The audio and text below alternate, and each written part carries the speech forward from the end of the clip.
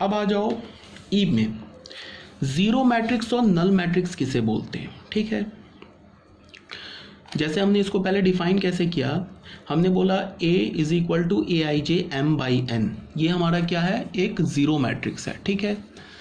तो अगर ये ज़ीरो मैट्रिक्स है तो उसको हमने क्या बोला, AIJ should be zero for all INJ, सारे IJ के लिए AIJ ज़ीरो होना चाहिए। इसका क्या मतलब है कि चाहे तुम कोई भी रो उठा लो, कोई भी कॉलम उठा लो, तो किसी भी रो किसी भी कॉलम का जो एलिमेंट होना चाहिए ज़ीरो होना चाहिए। इसका क्या मतलब है कि मैट्रिक्स का हर एक एलिमेंट ही ज़ीरो होना चाहिए, तभी जाके उसे हम ज़ीरो या नल मैट्रिक्स बोलेंगे। जैसे एक मैट्रिक्स देख लो, ये 1/1 ऑर्डर का मैट्रिक्स है, एक ही रो एक ही कॉलम है, तो उसका अगर ये नल मैट्रिक्स है तो वो ज़ीरो होना चाहिए। ये हमारे पास 2 रोज एंड 3 कॉलम्स है, अगर ये नल मैट्रिक्स है तो हर एक एलिमेंट ज़ीरो होना चाहिए। कोई भी एलिमेंट उठा लो, किसी भी रो किसी भी कॉलम का, वो ज़ीरो होना चाहिए। ये 2/2 ऑर्डर का मैट्रिक्स है तो इसके भी हर एक एलिमेंट ज़ीरो है, तो ये भी हमारा एक क्या है, एक ज़ीरो मैट्रिक्स है, ठीक है। तो बहुत सिंपल सी बात है, इसमें कोई प्रॉब्लम नहीं होनी चाहिए। अब आ जाते हैं हम लोग एफ पार्ट में, स्क्वायर मैट्रिक्स में। इसमें क्या होता है, स्क्वायर वर्ड सुनते ही हमारे दिमाग में इक्वलिटी टाइप आता है, ठीक है। स्क्वायर हम किसे बोलते हैं, जैसे ज्योमेट्री में स्क्वायर जो होता है उसमें दोनों साइड्स इक्वल होते हैं। मैट्रिक्स में जो स्क्वायर होता है उसमें रोज एंड कॉलम्स इक्वल होते हैं।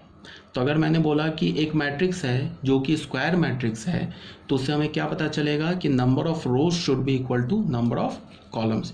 Number of rows and number of columns क्या होंगे, सेम होंगे, तब उसे हम क्या बोलेंगे कि स्क्वायर मैट्रिक्स बोलेंगे।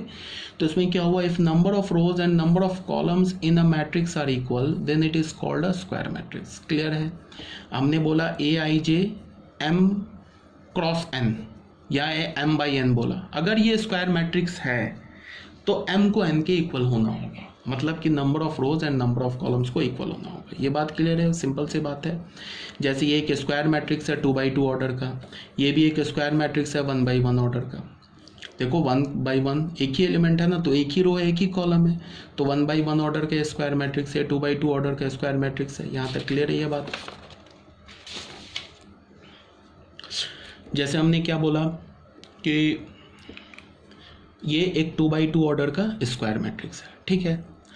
तो अभी जैसे मैंने स्टार्टिंग में क्या बोला था कि डिटर्मिनेंट जो होता है वो स्क्वायर मैट्रिक्स का ये डिफाइंड होता है, ठीक है। नॉन स्क्वायर मैट्रिक्स का डिटर्मिनेंट डिफाइंड नहीं होता है।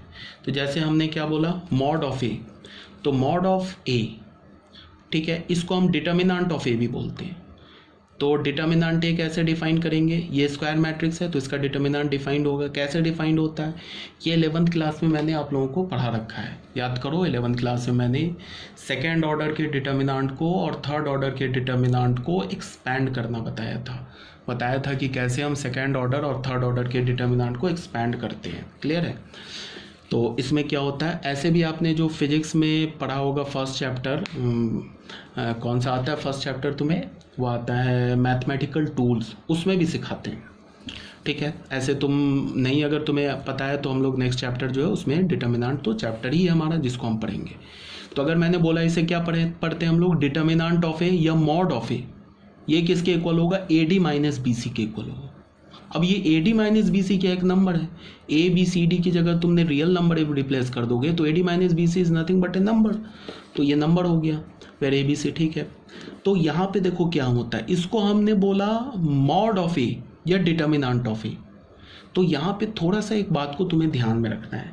जैसे अगर मैंने बोला मॉड ऑफ ए, और अगर ये ए एक डिटर्मिनेंट है तो डिटर्मिनेंट का अगर ये ए एक मैट्रिक्स है तो मैट्रिक्स का जो मॉड होता है ना, या मैट्रिक्स का जो डिटर्मिनेंट होता है, वो तो पॉजिटिव भी आ सकता है, निगेटिव भी आ सकता है और ज़ीरो भी आ सकता है, ठीक है। बट हमने रियल नंबर का मॉड क्या पढ़ा था, रियल नंबर के मॉड में तो हमने बोला था कि ऑलवेज नॉन निगेटिव होता है, या तो ज़ीरो हो गया तो पॉजिटिव होगा, निगेटिव तो बोला ही नहीं है।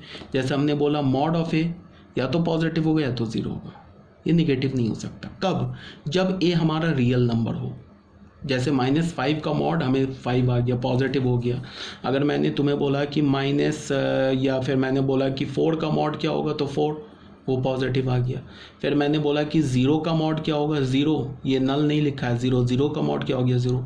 तो हमने क्या देखा कि अगर तुम किसी रियल नंबर का मॉड निकालते हो तो पॉजिटिव या तो ज़ीरो होगा, बट अगर तुम किसी मैट्रिक्स का मॉड निकालते हो तो पॉजिटिव भी आ सकता है, वो ज़ीरो भी आ सकता है, वो निगेटिव भी आ सकता है। मॉड बोलने का मतलब डिटर्मिनेंट, डिटर्मिनेंट बोल लो या मॉड बोल लो। डिटर्मिनेंट पॉजिटिव भी हो सकता है, निगेटिव भी और ज़ीरो भी। इसी बात को यहाँ लिखा हुआ है। सबसे पहले तो ये लिखा हुआ है कि mod of A where A belongs to real number can be greater than equal to zero. यहाँ पे क्या लिखा है, mod of A can be greater than zero, less than zero, equal to zero if A is a square matrix. अगर A square matrix है तो clear हो गया। यहाँ पे जैसे तुम देख लो, ए मैट्रिक्स हमने ले लिया 0 1 2 3, 2x2 ऑर्डर का एक स्क्वायर मैट्रिक्स लिया। इसका मॉड कैलकुलेट करेंगे या डिटर्मिनेंट कैलकुलेट करेंगे तो क्या होगा, इसको ऐसे मल्टीप्लाई करेंगे क्रॉस करके -2 × 1, तो वो क्या आ गया -2, जो कि निगेटिव आ गया। तो मॉड ए निगेटिव आ गया। क्यों आया, बिकॉज जिसका हम मॉड निकाल रहे हैं वो हमारा मॉड क्या है, हमारा एक मैट्रिक्स है। क्लियर है। उसके बाद हमने क्या किया कि बी का मैट्रिक्स लिया हमने 0 4 0 0, इसका डिटर्मिनेंट निकालोगे तो 0 आ जाएगा। फिर एक मैट्रिक्स हमने सी लिया 1 2 4 10, इसका डिटर्मिनेंट निकालोगे तो 2 आ जाएगा।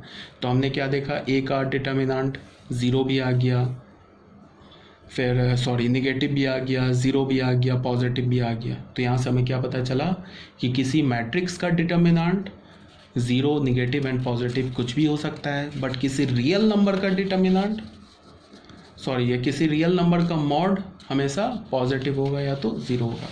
बहुत बोल दिया, इतने बोलने की मेरे ख्याल से ज़रूरत भी नहीं थी। ठीक है।